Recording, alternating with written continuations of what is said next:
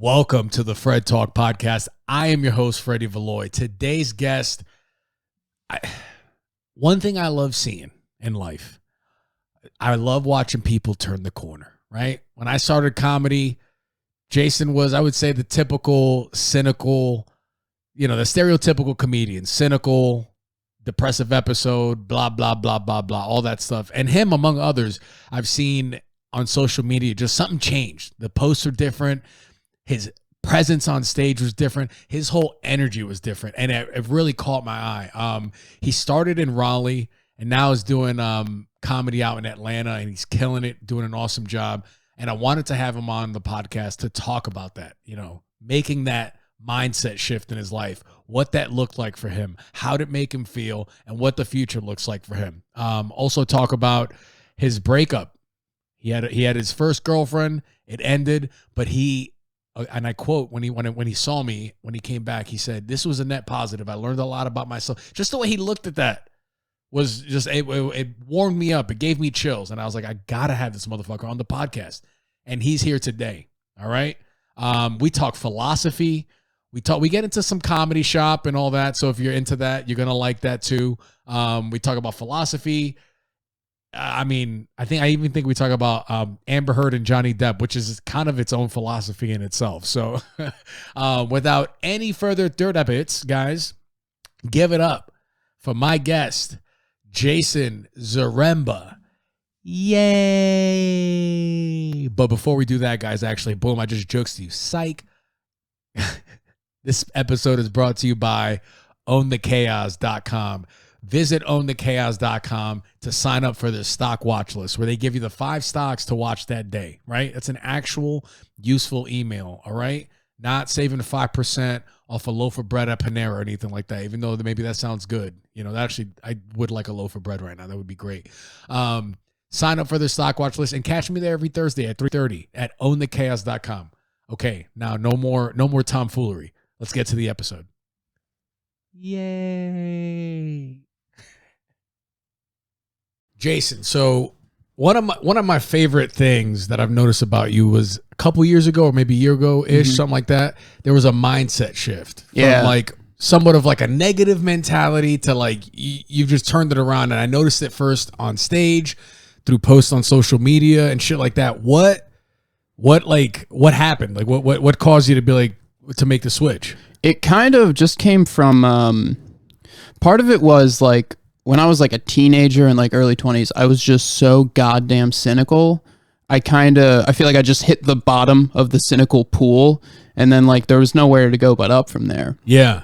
And so then I started like reading all these books about like different kinds of like the Stoics, and like certain things about like Steven Pinker writes a lot about like the positives and like progress through history and shit, and the Flynn effect. And just the more I learned about that, cynicism is just toxic.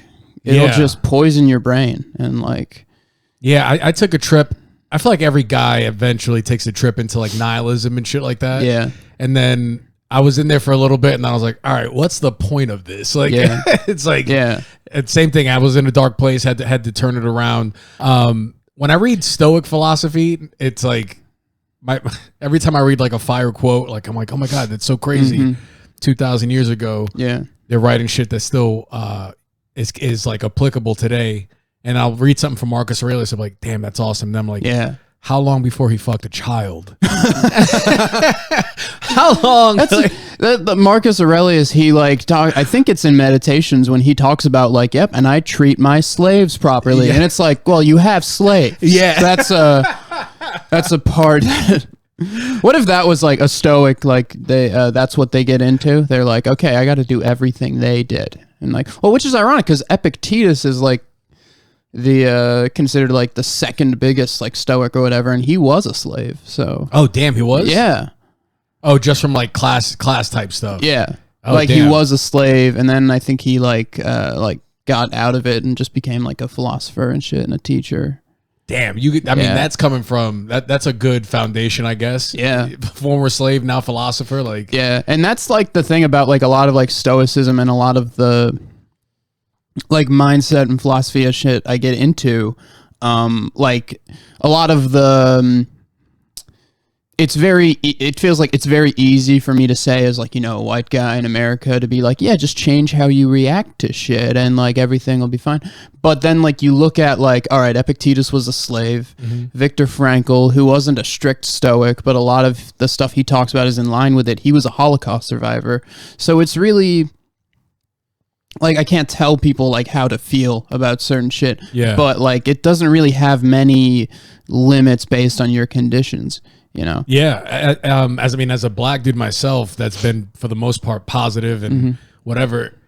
It's just kind of those things like you have no other choice. Like you want to stay in the position that you're in. You know, it is going to be harder, but what are we going to do? Yeah. You know? And Darren Brown. Have you heard of Darren Brown? Yes. Yeah. He talks about a lot about like the stories we tell ourselves. And when I first heard it put that way, that really changed the way I think about a lot of things, you know? Like, I used to be like, oh, I'm fucking awkward at parties, I don't know, like, all this shit. But it's like, oh, yeah, if I repeat to myself that I'm awkward and I don't know what I'm doing, guess what? I'm going to be awkward and I won't know what I'm doing. Yeah. You know? Holy, so yeah. You just got to, like, change it into something. Like, because I haven't had one in a while, but, like, I used to have a lot of panic attacks and shit and, like, anxieties. And it's like... Well, you think of like the physical symptoms of anxiety and what really is happening. It's like higher blood pressure and shit. And that's the same symptom as like being excited. The only difference is you're telling yourself you're anxious as opposed to saying you're excited. What have you done to minimize the anxiety, the panic attacks? Part of it, meditation. Oh, yes. A part of it that I didn't see I didn't think it was going to have that big of an effect, but when I quit smoking weed, that was a real, like, I thought, like, I had no idea it was actually, not causing the problem, but really making the problem worse than it already was. Yeah. Like, and also that I could get addicted to it. When I started smoking weed, I was specifically told that it was not addictive. And then I got addicted to, like, I don't know how it happened. I just smoked it every day and was like... It definitely can be addicting. Yeah. I was on the same page with you. I'm like, well, Joe Rogan says that it's non this and that. And I'm like, no, Joe Rogan's different. I took 6 weeks off in the winter, went back to it for a couple months. And then now I'm on like doing like a much longer stretch. And I'm like, oh... Yeah. I tell people like the worst thing that could have possibly happened to me when I quit drinking and smoking. Like my life got better in every single way. Exactly. That's what like now I'm like, shit, do I really want to be fucking with that anymore? Yeah. Like, and it also it's better for your sleep, which is a real big factor in every fucking thing in life is like getting enough sleep.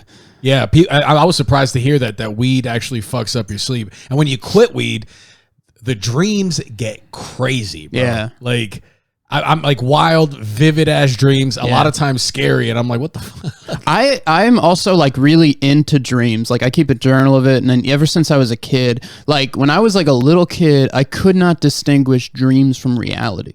Oh, tell me more about that. Like one example was like I had a dream that the Tooth Fairy got in a fight with the Wicked Witch from Wizard of Oz. And you couldn't tell if that was reality. Yeah, and then like when I got to a certain age and my parents were like, hey, the Tooth Fairy isn't real, I was like, well, you're full of shit because I saw her and she's a fucking badass. So fuck off, mom and dad. Like, who's your favorite Stoic philosopher? I mean, the last thing I read was the Discourses of Epictetus, and I think his idea of like just devote the rest of your life to making progress attitude of it, like using it as like a positive to guide you through the rest of life. Whereas I think Marcus Aurelius is really kind of detaching yourself from life. Okay. You know, like a lot of it kind of feels, and then there's also, you can see that in the way he lived his life and like the way he was like a parent to his son and shit.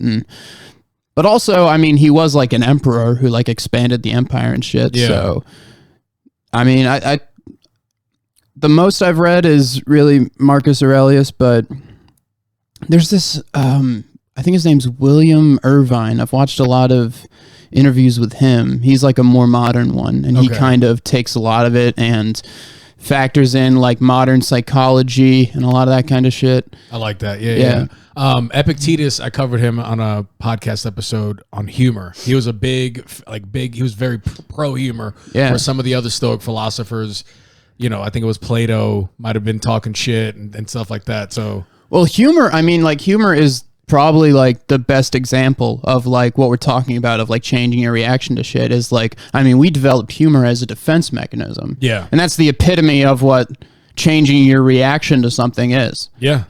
Like we are already doing that with like, oh, what's that? A fucked up thing? I'm going to make it funny so I can deal with it. And what did you say Epictetus said about putting yourself into life? What was it? Oh, devote the rest of your life to making progress. Yeah. Yeah. And one thing I've just recently thought of is like the idea of like a grumpy old man to me is gross. Like, dude, you should know better. Yeah. And I feel like if you take on that philosophy, you won't be the grumpy old dude. You'll be like have a more sunny disposition where you can help younger men, achieve the same thing. And that's the thing too, is like, because anytime you see a grumpy old man, like he was born in a different generation, a different time where there wasn't as much freedom to explore different ideas and shit. It was kind of like toxic masculinity, do this, like get married, don't love your wife, have a kid. Like just, there was a blueprint for how you should live your life.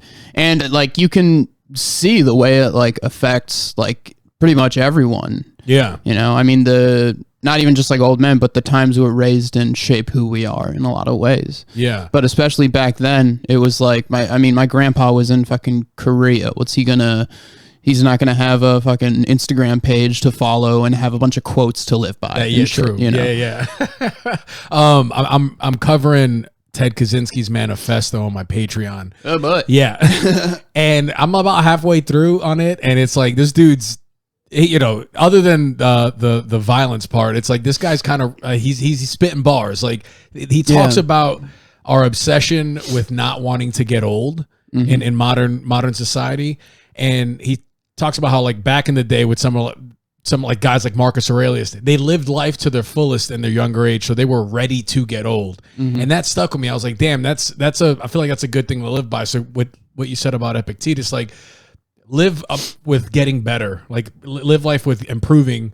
That way you don't regret anything, and you're like almost like at the end you're like ready to go. Like, isn't that like the most idyllic thing? Like you're on your deathbed and you're like, oh, I'm ready to do this now. Yeah, like, exactly. And I talked about being young and cynical, and a lot of that was because I had a lot of problems with like depression and all this kind of shit, and like it was like really fucking bad. But I think that like having to go through that helped me. Like it twisted my arm into like, all right, change your outlook on shit. Like, all right, get this book that's by this psychologist and like read up on this and this and that and the other thing. So like really every time I kind of go through these cycles, they're getting better and better. But like it was basically like anytime I had like some sort of breakdown, I would like get a new book or like learn about something new. Like that's what with the breakup that I had like at the end of last year, like that was a real fucking wake up call to me. It was like, all right, that's when I started working out again. That's when I started meditating. That's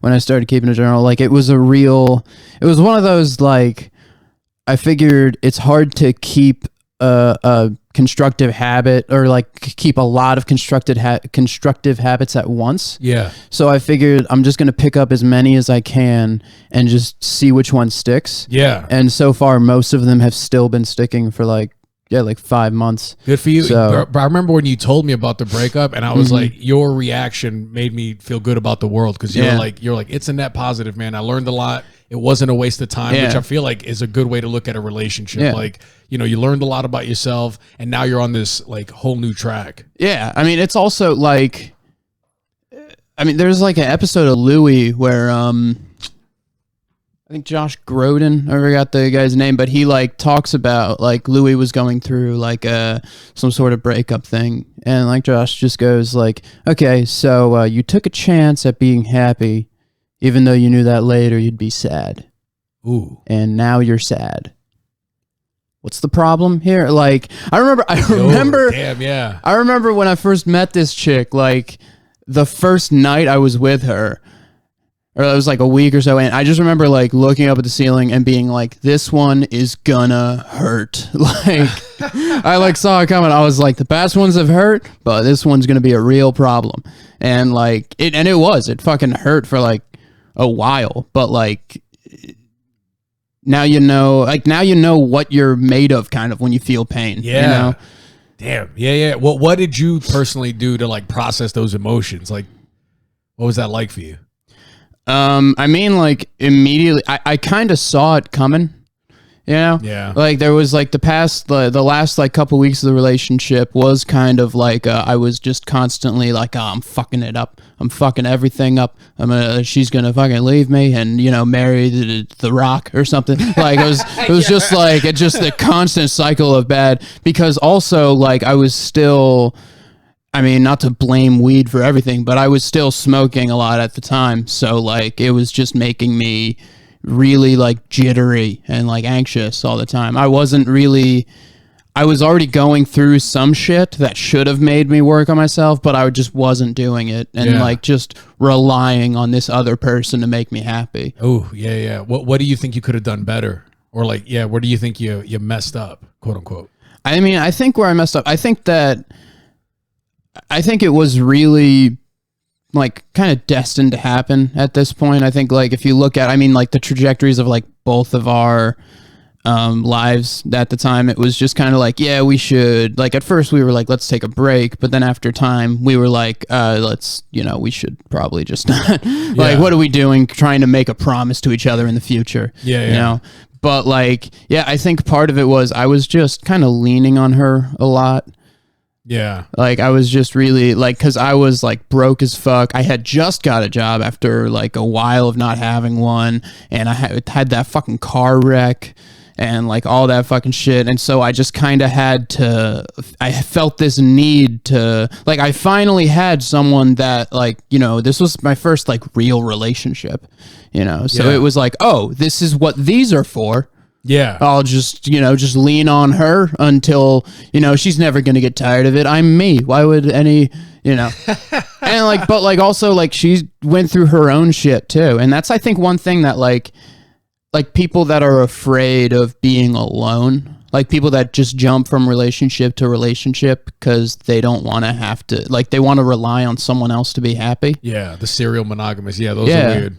Yeah. And it's like, okay, you can do that now, but like, all right, you can get married and like, all right, that's, you know, you're with that person not forever till one of you dies. What if they die first? Mm-hmm. Now, not only are you alone, but you're at a point in your life where you're like forced to face your own mortality every day. Yeah. Like, what are you going to do then? Like, you're just delaying the problem till it gets worse, you know? So where are you at now in this process? Are you taking like a set break to be alone with yourself, or like where are you at in the healing process with this breakup?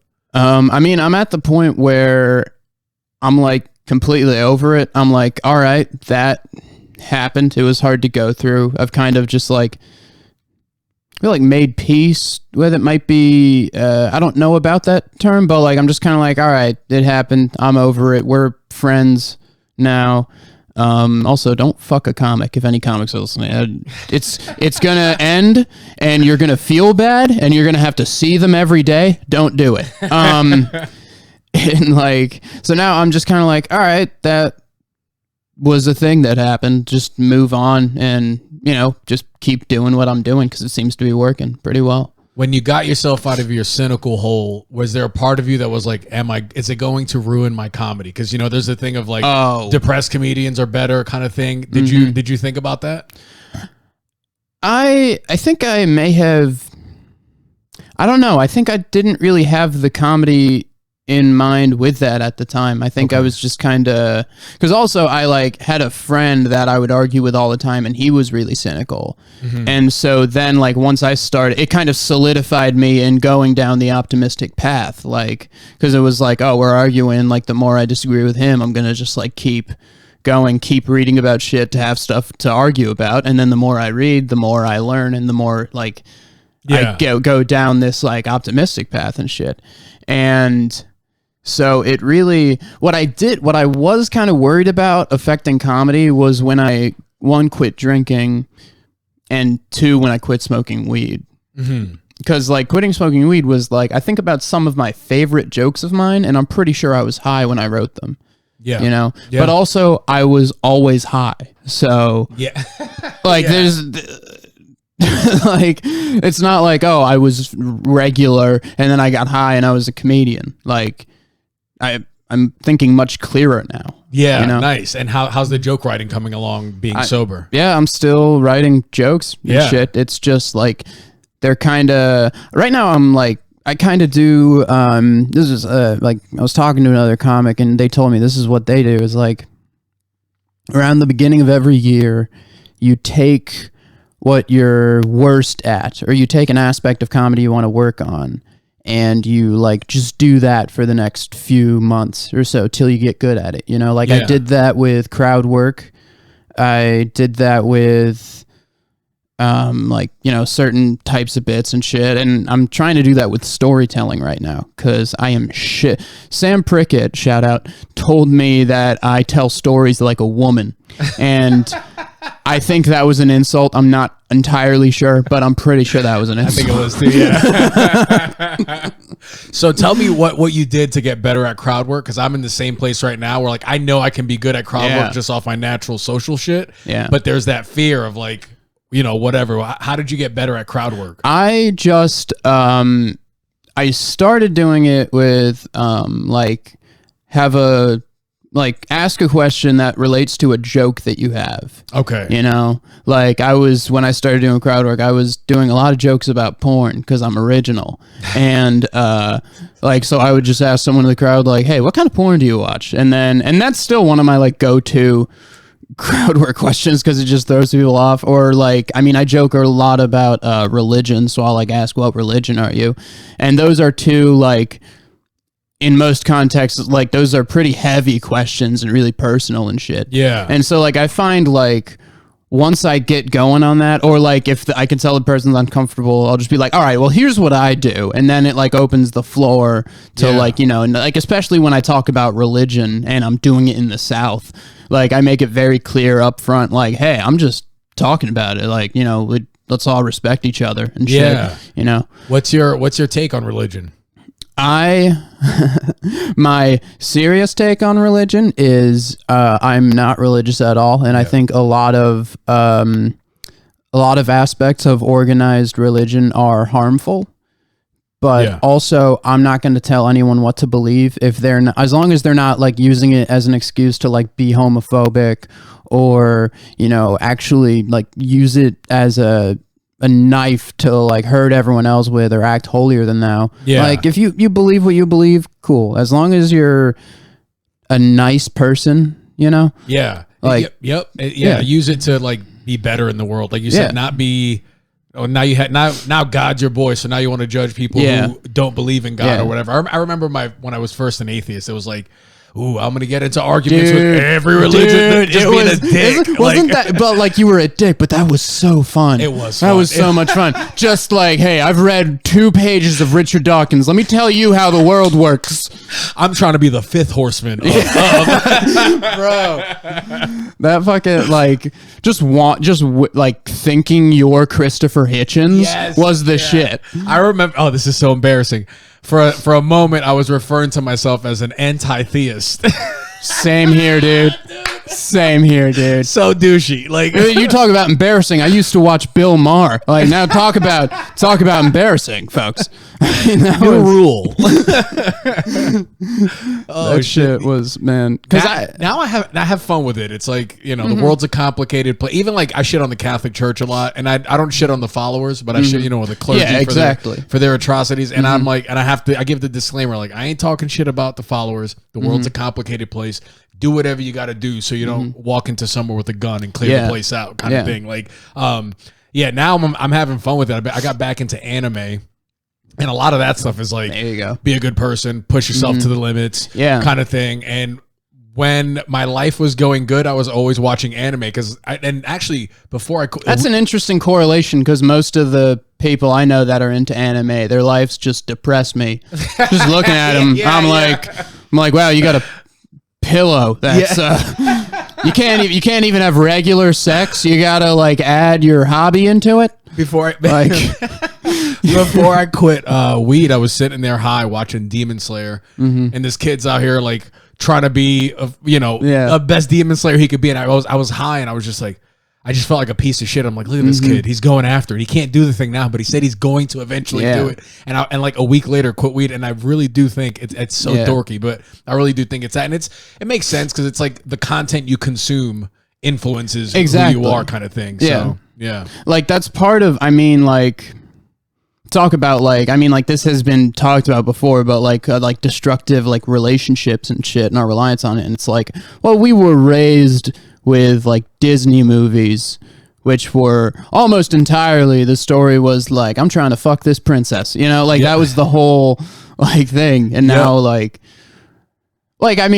Little Mermaid basically says, hey ladies, don't talk if you want a man. Because that was the whole fucking thing. Leave your family and friends behind for some dick. And I think that I think that was like another part of like, I think doing stand up, like when I started doing stand up, that was a big like, oh, you got to work at something. Yeah. You got to get good. Because like I didn't go into like comedy being like, I'm a comedian.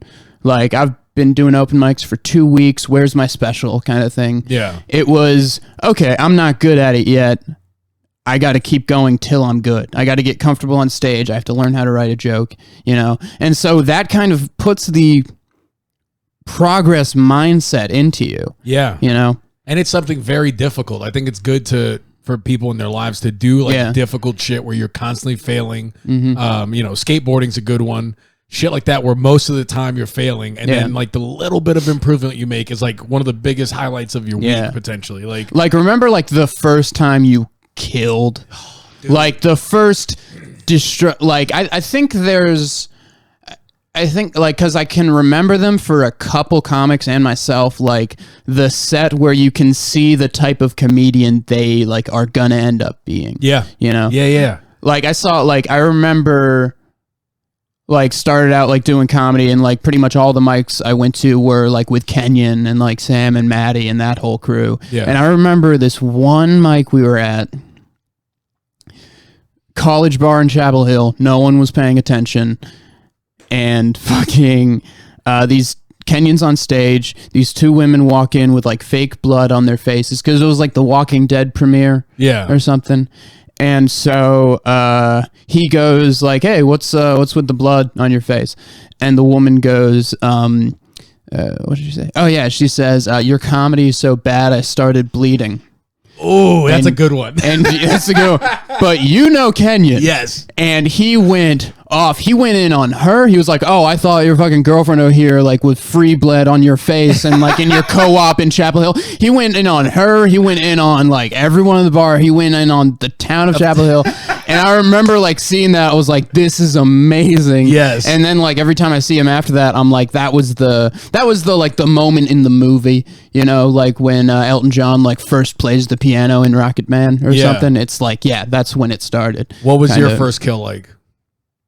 Because I'm assuming that was the first set where you're like, oh, I can do this. Yeah. Yeah. Well, like my first like time I ever really went like riffy and was really comfortable on stage was, Charlie Viricola had that class and shit. And I did like a set because like I took the class, and fucking did like the next like graduation classes of everything, I would do a set on the shows. Yeah.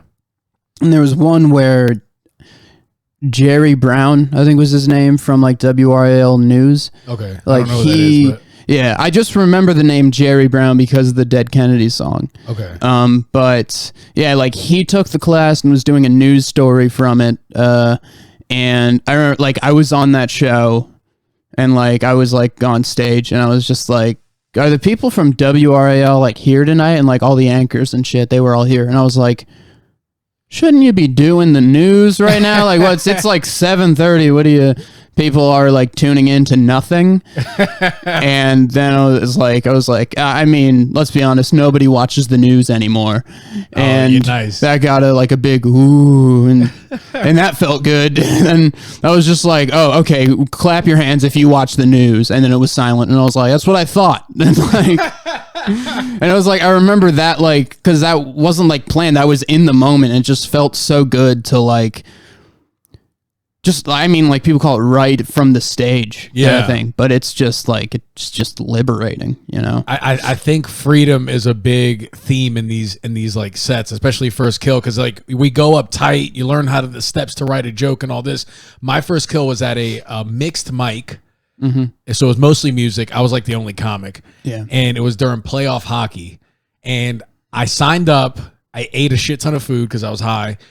Then I was like, dude, this playoff hockey, and already music mics, the mixed ones are weird. They're not really a good environment for, stand up. I was like, I'm getting the fuck out of here. I was like, I'm getting the fuck out of here. So I went back to my place, and then I was pacing around my apartment just like, you fucking pussy. You fucking pussy. Are you going to do this or are you not going to do this? Yeah. So I was like, all right. So I went back to the bar, and I'm so glad I did, because I was like, what am I going to do here? The bar was packed.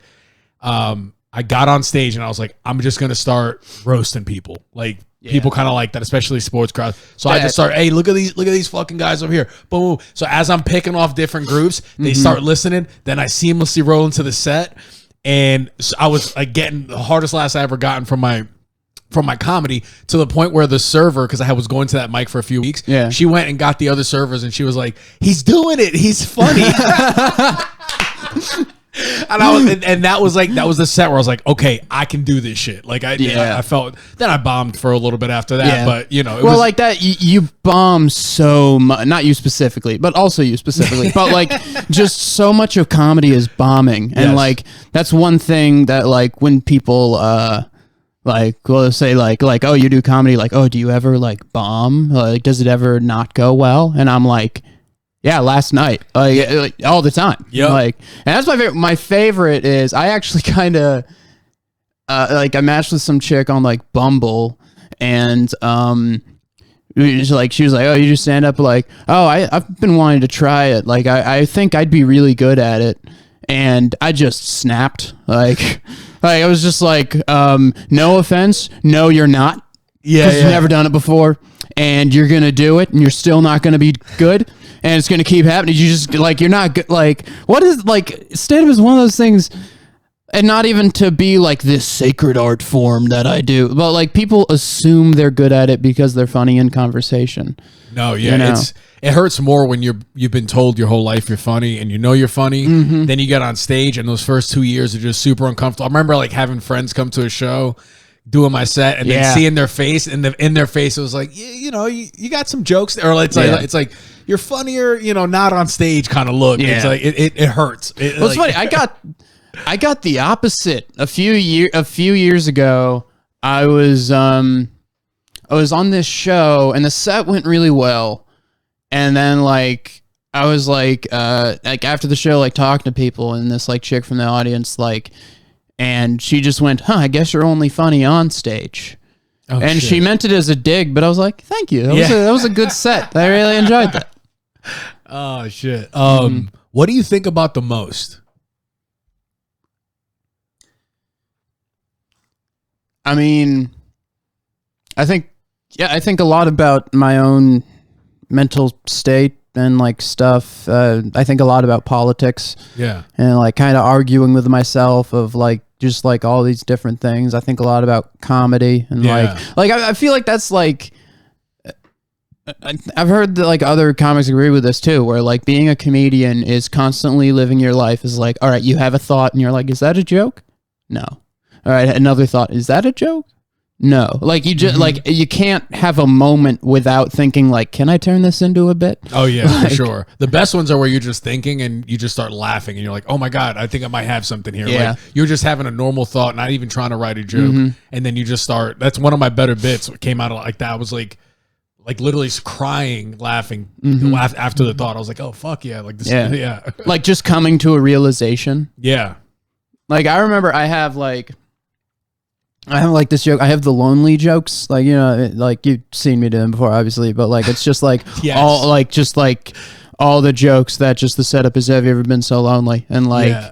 I remember I was at some mic and like someone hugged me from behind to like say hi, and I was like, oh shit, like that like kind of scared me. And they were like, what's wrong with you? I was like, I've never had a hug before. And I was like, wait a second. And then like I started like writing the joke, and then once I had that one, I started thinking of others, and then I just like wrote like 2 whole pages. Like I only do like 4 of them now, but I had like, when I started doing those jokes, it was like the whole 3 minutes was just all the same joke. Like, Yeah. and that was fucking fun. And it was a good writing exercise. I think that's Yeah. one thing, like, even if when you're starting out, even if you don't end up using a joke in perpetuity, I hope I'm pronouncing that right, you still like get the benefit from writing it. Oh yeah, You know? yeah. The rep, just the rep in itself. That's like when people come on this podcast, I'm like, if you don't like it, don't be afraid to tell me to scrap it, and we can do it again, because the rep itself is the value for me, like the experience itself. Like, yeah, like, I mean, really, like even you go to a shitty mic or something, you're like, it's like, okay, I just went to a shitty mic. Well, it still happened. I mean, like, that's like what we were talking about like your reactions to shit. It's like, oh, I did this thing. It's like, all right, well, being upset about it doesn't mean you didn't do it now. Like, yeah. What are your thoughts on that? Because I hear different thoughts on going to a shitty mic. For me, I think the rep's good, but a lot of people say going to a shitty mic can actually be counterproductive.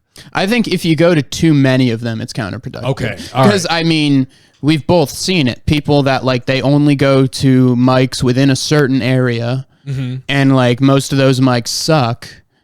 But then they kill by just talking about the comics or just doing super fucked up material. Like they learn to only do shitty mics. Oh yeah, You know. So like, I mean, like there was like, the whole like practice makes perfect thing. Like what is my my brother's wrestling coach in high school. I was about to say my wrestling coach, but I was on the team for 2 weeks. I just could. My wrestling career ended with me crying, running out of the gym. So, like that was. But like the one thing I took away from it, well, 2 things. First of all, stop trying to force yourself to play sports to be like your older brother. That was the first thing I took away from it. The second thing was he would say practice makes permanent. Like, instead of practice makes perfect, like, if you keep practicing, you'll be good at it. It's like, but what if you practice wrong? Yes. You're not going to be good at it because you're practicing wrong, but you're going to stay in that lane. Yeah. The more you do the wrong thing, the, worse off you'll be. Yeah.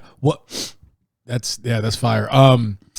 What is your perspective going into this next? Like, what's your perspective on relationships right now? Are you dating? Are you? Yeah. How's the single life? Because I'm hearing war stories out here. You're hearing war stories? Yeah, people are like, fucking, the single life sucks. Everyone's a piece of shit. Yeah, it like I mean, it's frustrating, because like, even if you're like, I'm fine being alone, you still want that, Yeah. But like, I mean, kind of just like it'll come, it'll happen, Yeah. and not like oh, you don't have to put any work into it. Like, yeah, if you want to be on the apps, be on the apps. I think they're a problem, but like, just like work on yourself. Eventually it'll somewhat like eventually you'll be, good at something or whatever. And then someone will see that and they'll be attracted to you. Yeah. And so, I mean, yeah, I'm just kind of like, oh, all right. Like, if I'm not seeing anyone, I'm not seeing anyone, What's a red flag for you? Is it bad? I can't think of anything immediately. Is that a problem? What does that say about, Yeah. I don't know. I mean, I don't know of red flags other than like, I feel like there's signs you can tell a person is like unhinged. Oh yeah. Or like what are some of those signs you think? Well, I've been telling that story on stage. You know it about when my roommate fucked our neighbor, and she ended up being a complete psychopath. Oh, that's the worst, bro. That's that like, shit. Yeah, I'm on the lookout for that now. Like, just kind of like, I look for the crazy eyes. I'm like, because that just the moment we got that text the day after that said, "No, I love you," after a one night stand, it's like, all right, that's a sign. Yeah, that's a sign. Yeah. Also, I think not even for.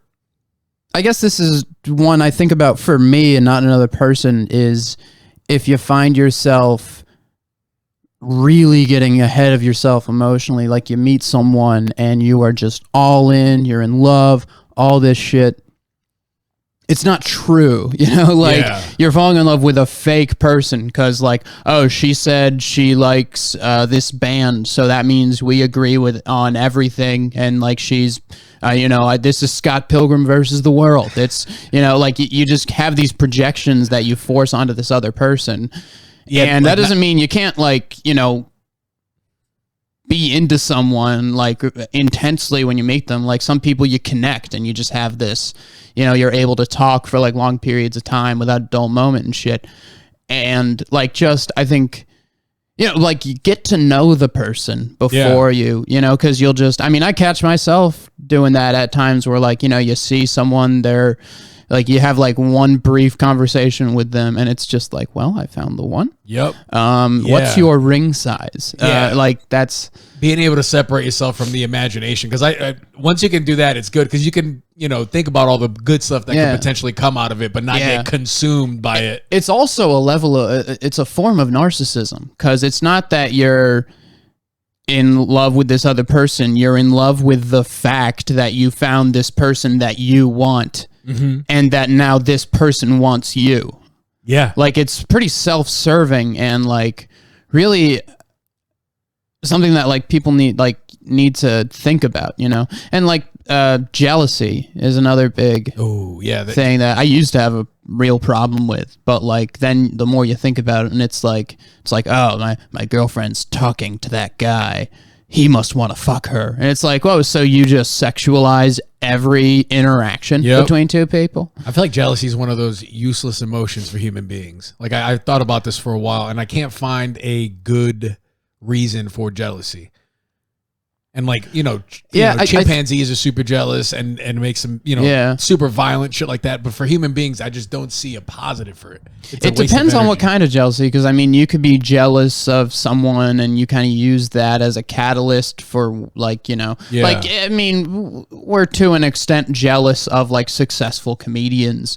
And shit, like you see like someone got an hour special, you're like, man, I want to have an hour special kind of thing, so that's good. What I don't like is when people go, oh, they got an hour special. Fuck that dude. Yeah, like that's a different. It's so funny.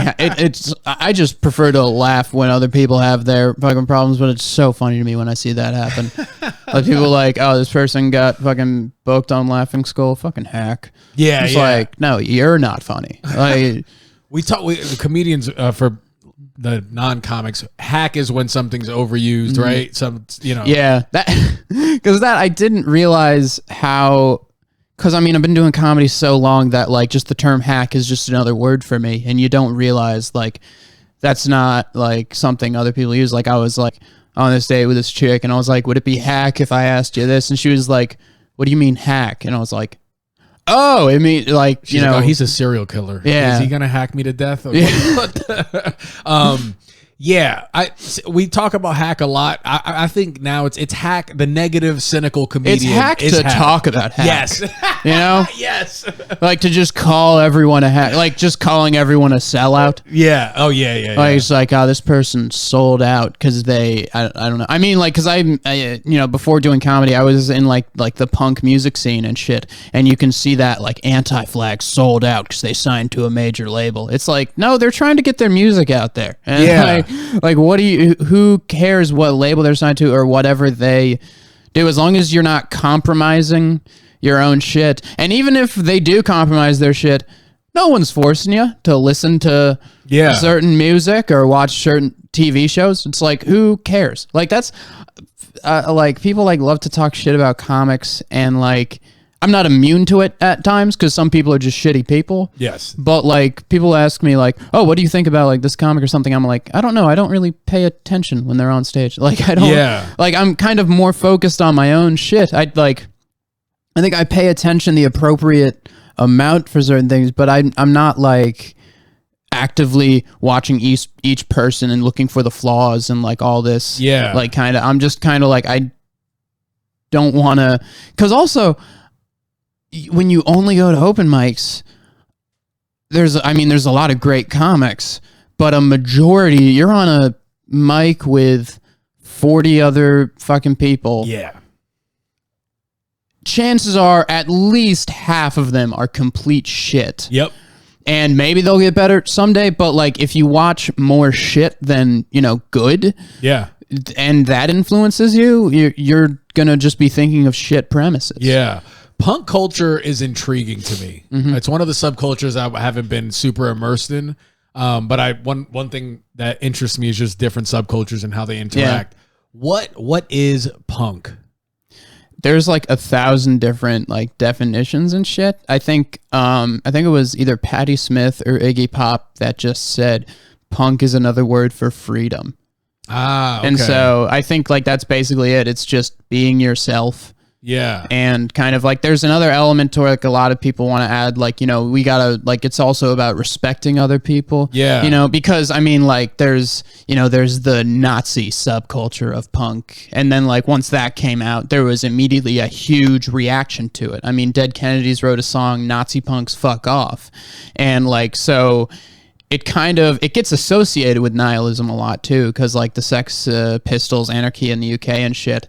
But it's also a lot of people like the Clash use it to like push social messages. Okay. And it's kind of like, yeah, you can be the Clash and you're singing about like, politics and shit, or you can be the Ramones and you're singing songs about like picking your nose or some dumb shit. Like it's just be who you are. And especially because like I mean when punk started in the 70s, there's a lot of gatekeeping around like, oh, this band has a melody, they're not punk kind of shit. But like when it started, it was just applying to this scene. And you look at the bands that were on the original scene, it's like, yeah, it was Iggy Pop, it was the Ramones, but also Blondie was there, Talking Heads, The Police. These are bands that you don't necessarily consider punk, but like they are punk adjacent. Yeah. Because they have a similar kind of attitude, Like Talking Heads, they're new wave, but they're unapologetic about, like, this is the kind of music we make kind of shit. So, I mean, really, it can apply to pretty much anything. I like the philosophy of punk, the freedom aspect, be yourself. They kind of like, it seems like to me, and to correct me if I'm wrong, the basis is like almost like fuck the mainstream kind of thing. Yeah. In a way. And another thing I noticed is a lot of the women are super hot. Yeah. What's up with that? I just a tatted up, just a sexy piece of scrap paper with weird fucked up tattoos and colored hair, bro. It's insane. And like, I don't want to sexualize them, but so I got to be like, oh god, I'm like, like, I mean, there are just so many like hot chicks. I mean, really in like music scenes in general, that's but true, like with punk, it adds something to it because she's got like a mohawk, she's got like the look. That makes sense. I mean, it's partially because like I love the culture so much. It's a cool look. Yes, it's really cool. I had a mohawk for a while and I've done my best to burn those pictures, but like it's a look I really think is cool. So then like when you see a woman has it, I'm just like, I mean, you're better than me in not trying to sexualize them, but like I'm just like, wow, that's a good looking person. I asked you about red flags. What are some green flags that you're looking for with a gal?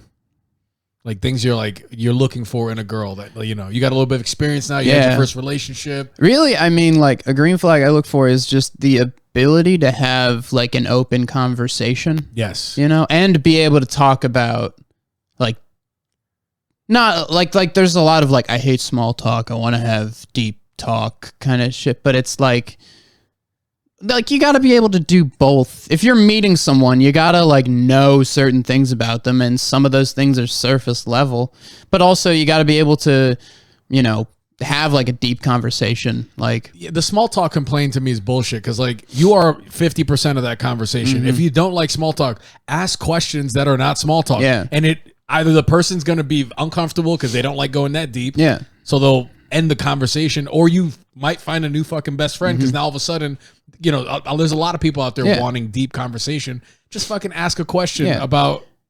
And a lot of them too, they aren't looking to actually hear someone else's deep thoughts. They want someone else to hear their deep thoughts. Oh, yeah. It's like they don't want small talk because they want to be able to talk about their like pseudo-intellectual like bullshit. Oh, yeah, you know? You get that a lot in the self-help, self-development movement where people just want to tell you what book they read and you know, then all of a sudden you just volleying quotes from a book. Yeah. It's a little exhausting sometimes. And it's kind of, and I like quotes because it is kind of like a, you know, like there's a lot of quotes that like do have like a, okay, like that's interesting. I write some of them down that I have because it captures a feeling that I like to like just remind yourself. Like you can have just a quote to like, you know, remind yourself of an attitude that's hard to remind yourself of. Like, I mean, like, you know, there's that Jocko Willink where he says like discipline equals freedom. Yes. And it's like, yeah, that's good. Like sometimes you have to remind yourself that. It's beautiful. You know? It's the paradox of it all. Like that's probably my favorite quote of his. Speaking of kooky broads, what do you think of this whole Johnny Depp Amber Heard thing? All I know is, did she shit the bed? Well, I have not been paying any attention to it. Until you heard that, you're like, what? Until I heard that, I was like, good. And that's all I've been paying attention to is like, did she shit the bed? Like, what I haven't figured out yet, like, did she shit the bed just kind of sleeping? It was an accident, or you know, because I think we all do. Yeah. Or was it like a squat? Like, I'm sending a message. I mean, in divorce court, that's probably the latter. Yeah. That's probably it. And also knowing, I mean, she's an actor. It was definitely the second one. Yeah, right. There's no chance she was being a regular person. No, this was a pay attention to me. I mean, like that. You know what? That's another red flag to look for, and that's not one I look for. But guys, don't fuck comedians. Don't fuck actors. Okay. No one should fuck anyone that has any sort of creative streak in them. Yeah. Just go for the middle of the road. You know, leave it to Beaver. Gotta like just an accountant. Just an accountant. Yep. You know, it's safe. Yeah. He's not gonna rock the boat. You don't want him to rock the boat. You know, you just want to have a good life. It's not gonna be a good life, but you're not gonna have to go through. I don't even know what point I'm trying to make there. There's a thin line between rocking the boat and shit in the bed. So you got to be careful. I think that's an Epictetus quote. That's so what's something in your life you're working on right now? Something that's kind of gnawing at you that you're like, I gotta fucking fix this. I mean, really just, keep working at comedy. I'm trying to work on, sometimes I get like when I'm in like a group of people and like we're all like talking and shooting the shit, I kind of I guess like subconsciously feel the need to like, I gotta make a joke right now. Like but then like it bombs and you look like an ass. Oh yeah. And so I'm kind of working on like, all right, just maybe sit this one out. Yeah. You're not like, no one's going to be like, hey, he didn't make a joke right there. What's his problem? They're like, oh, it's just another person in the conversation. Like, yeah, you want to talk about freedom. Once you get, I've recently gotten out of that. When you first start comedy, you're like, I got to be the funny guy everywhere. Yeah. And then now I'm not that. I'm just like, just fucking listen and the joke will come up. Like the best part of that is when you start comedy, you want to be the funny one.